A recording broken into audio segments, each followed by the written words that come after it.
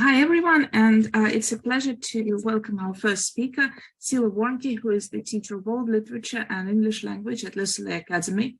As Anna has said before, she's an accomplished writer and journalist with many writing credits to her name, including publications in The Guardian and Transition. Cila has taught in her native United States, England, Spain, and Scotland, and her experience ranges from individual tutoring to online courses for hundreds of students.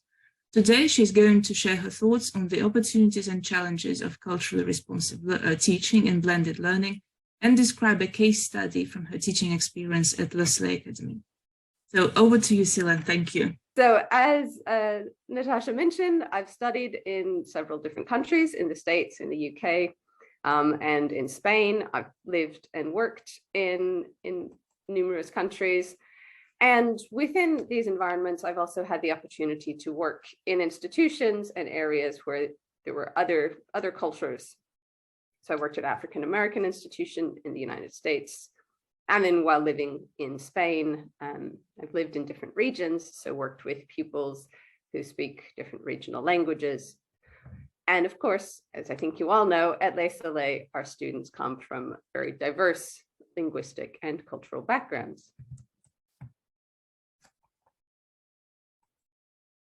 So what is culturally responsive teaching before we hurry along?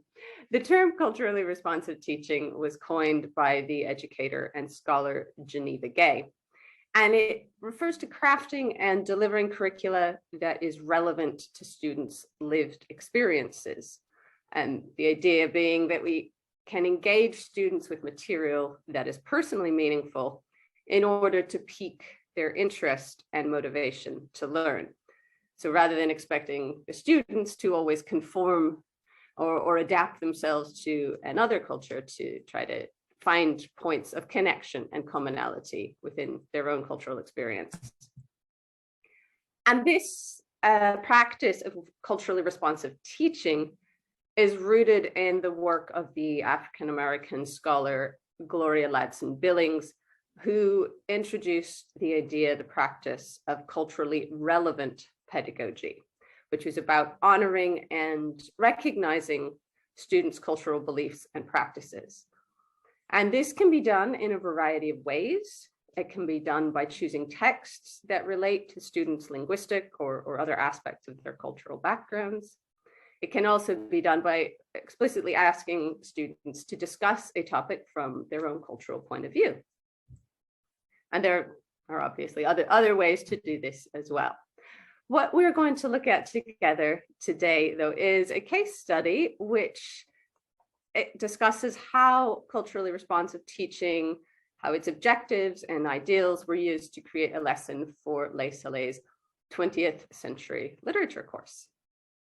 So in the presentation, in the next few minutes, we'll cover the choice of texts, how and why, complementary materials, what role those play in learning, how an assignment was designed with culturally responsive principles, and then how the blended learning environment and tools were used to facilitate this learning process. So 3 important objectives of culturally responsive teaching are: 1, to recognize and value the unique contributions of each student. As I was saying, the 3 objectives of culturally responsive teaching are to recognize and value the unique contributions of each student, to make topics more relevant in order to make learning more effective, and then to empower students to think critically. So here is how we went about this, and here was the big challenge. Culturally responsive teaching can mean different things in different contexts, because it's one thing to design a culturally responsive exercise, assignment, or choose a text when you're dealing with a group of students from the same cultural background. So as was my experience, for example, when teaching in language schools, all the students kind of shared a cultural background, but that's not true at Les Sallay. And in the group that I am teaching, the 20th century class, students live in think 5 or 6 different countries. They speak about a dozen languages between them. And there's not one single text or cultural viewpoint that would represent or speak to all of those students. So the challenge then became, how can we find a connection point? How can we find something that is going to be culturally relevant to students from a diverse range of cultural backgrounds? And also, how will that fit within the context of 20th century literature? There's an immediate challenge, right? 21st century European students and 20th century literature. How do we build a bridge? And so while studying the Harlem Renaissance, I considered that since our students at Les Sallay are multilingual, they will be familiar with code switching and with identifying different groups based on language. And so therefore, studying non-standard Englishes is going to be culturally relevant to each of them, even though they're coming from slightly different backgrounds. So as part of our Harlem Renaissance unit, the students studied African-American vernacular English and read Zora Neale Hurston's short story, Spunk, which code switches between standard English and AAVE.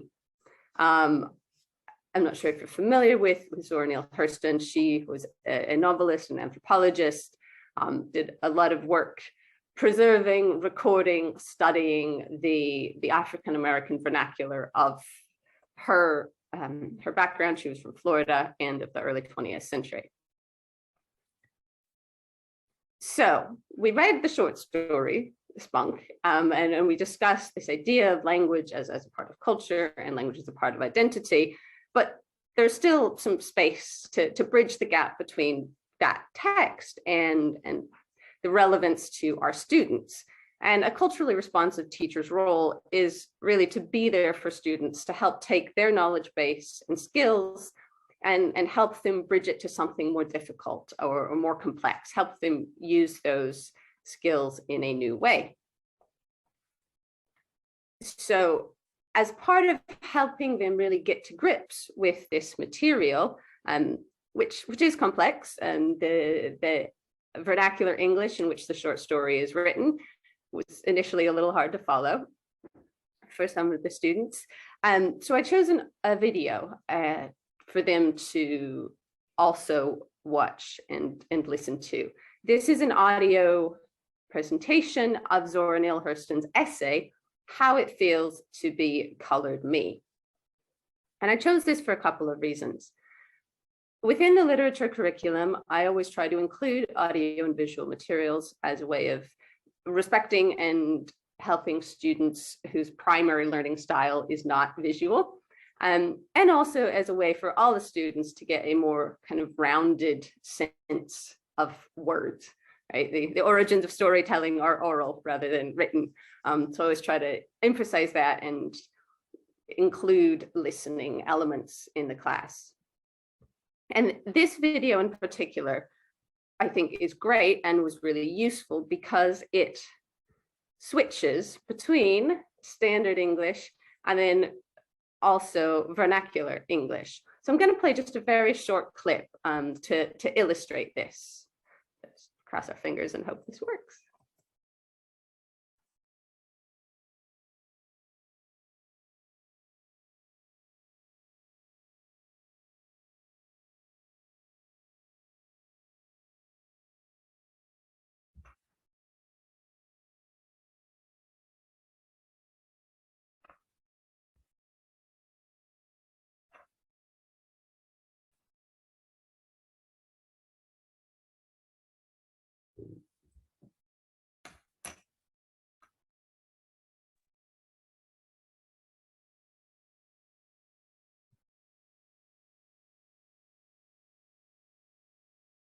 I don't think we are hearing the sound. I'm sorry. Okay. In which case, let's go ahead and move on. I'm sorry you're not able to hear that, but it was just to share with the students an audio illustration, an audio example of the code switching that they experienced in the written text of the short story. So having studied these materials, what then were the students going to do in response? Designing the assignment, I considered the following CRT-inspired questions. First, how could the material be made relevant to students? How could we bridge that gap of a century? How could it further their learning? So what concrete skills would they be practicing? How could it recognize their uniqueness? And then how could it promote critical thinking skills? So what we did as a class was the students did a multimedia task. The assignment was to make videos titled "How It Feels to Be," fill in the blank, me, in which they talked about an aspect of their identity. So using the Zora Neale Hurston video that they watched as kind of a model. In order to do this, they had to complete the following steps. So they had to write a script for the video, so they knew what to say. They had to art design the video, so decide how they were going to present the materials. They had to source materials. Some of them used images, other additional things. And then they had to film themselves presenting and narrating, which I assumed would be easy for digital natives, but wasn't always. And then they had to upload the final video. So lots and lots of different skills in play, lots of steps to accomplish this assignment. So how did the blended learning environment facilitate to this and contribute to it? This is what we're here for, right? So here's how we used the online environment. We did this assignment during an online session. So first we used the classroom, the online classroom, to do group work. So the students had a discussion about elements of identity. What are they? We talked about language, culture, religious beliefs, ethnicity, so forth and so on. So the students had a chance to interact and to discuss these important issues. And then the second part was where the sort of online environment was really useful because the students needed to work alone. Obviously, they had to reflect on what they wanted to make the video about, what aspect of their identity they wanted to discuss. They had to write the script. They had to look for images, decide how they wanted to film the video, and then, of course, create the video.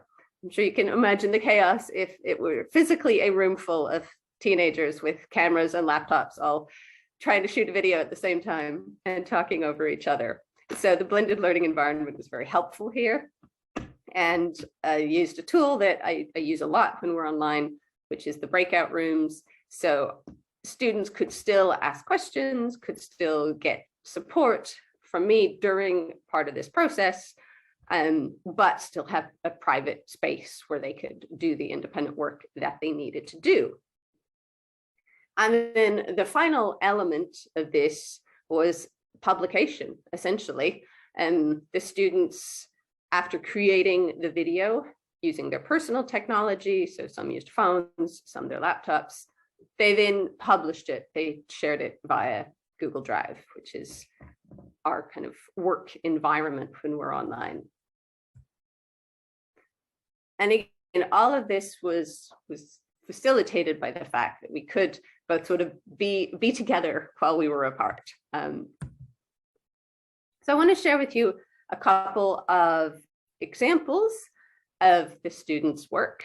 One student chose to make a presentation about their nationality and why that's important to them and how it forms a part of their identity. So they did a presentation and then narrated the video. And another example is from a student who chose to discuss how it feels to be irritable.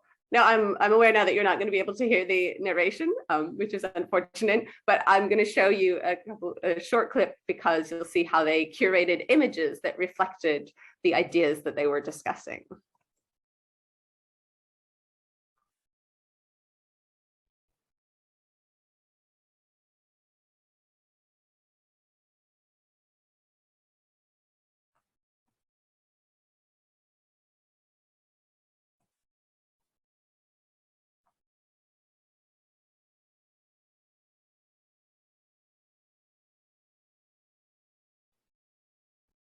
So you can see that students took advantage of the flexibility of this assignment as an opportunity to express themselves in different ways, visually, through presentations, through curating images. Other students chose to speak directly to the camera. And I was really impressed with the degree and range of artistic and creative choices they made.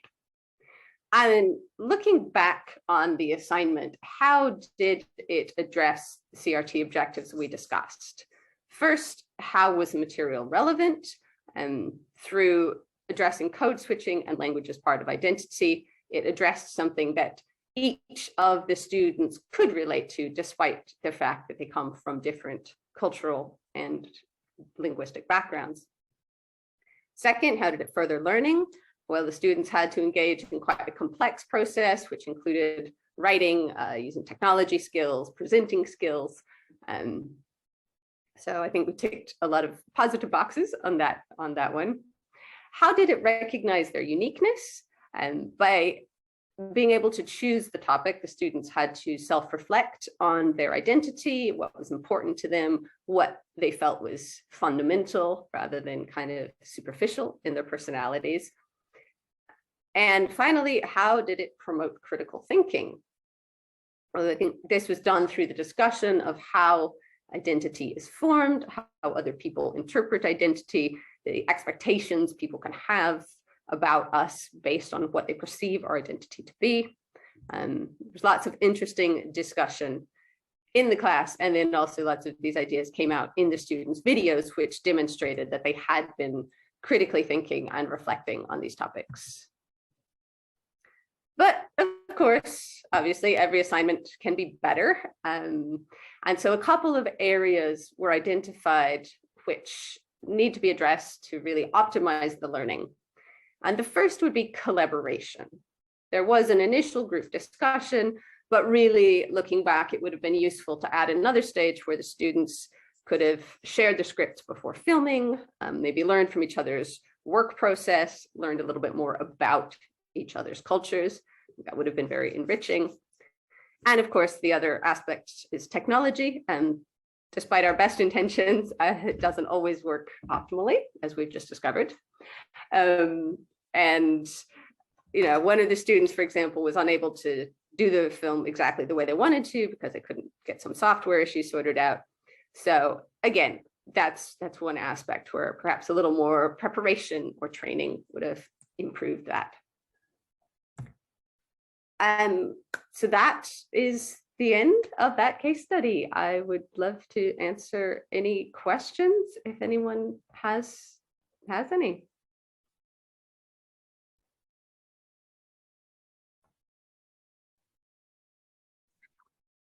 Hi, Cila.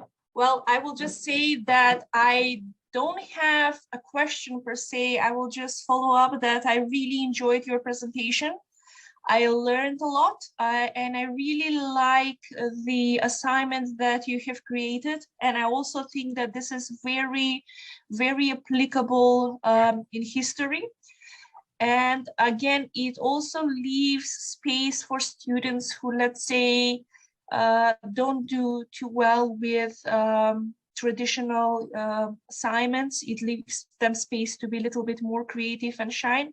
And I would definitely love to try something like this in my history classes. So thank you again. Thank you for that comment. I have to say, we'd been doing quite a lot of reading leading up to this assignment. And it was great to see how animated the energy became in the group when they're like, oh, we get to make a video about ourselves. So it was a nice break from kind of the more traditional read, discuss, write structure of the class. Definitely, and I definitely think that the blended model that we are using really also motivates you and challenges to think how to use technology to your best advantage. And as you said yourself, they are the digital natives. We are teaching Gen Z for all intents and purposes. And I think the more we try to include technology in a way that is challenging and makes them be productive and enforces their critical and work skills, this is an advantage that we can work to deliver better education than to see technology as a hindrance. And so yes, I will repeat once more, I really liked it. I would very much like to try this in my history classroom, so hopefully I will have a positive outcome as you had.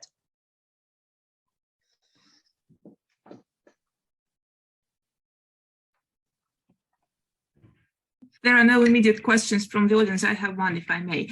I was wondering if the how to be me was somewhat predefined before the task. So were the students supposed to talk about them as, I don't know, as citizens or as daughters or sons, or as, you know, not parents, friends, you know, this identity somewhat predefined, or was it absolutely a free choice? And if the latter is the case, I'm just curious what characteristics came up in their videos. Was it just about character? Was it about, you know, the one you shared, like a person being proud to be Latvian, etc.? Thank you. That's a good question. We discussed a lot of different ways that identity is defined, both internally and externally. Like, how do other people see us? What identities do they attribute to us? And then how do we self-identify? But it was actually left entirely open to the students to choose. I felt that that was really important. I think sometimes it's important to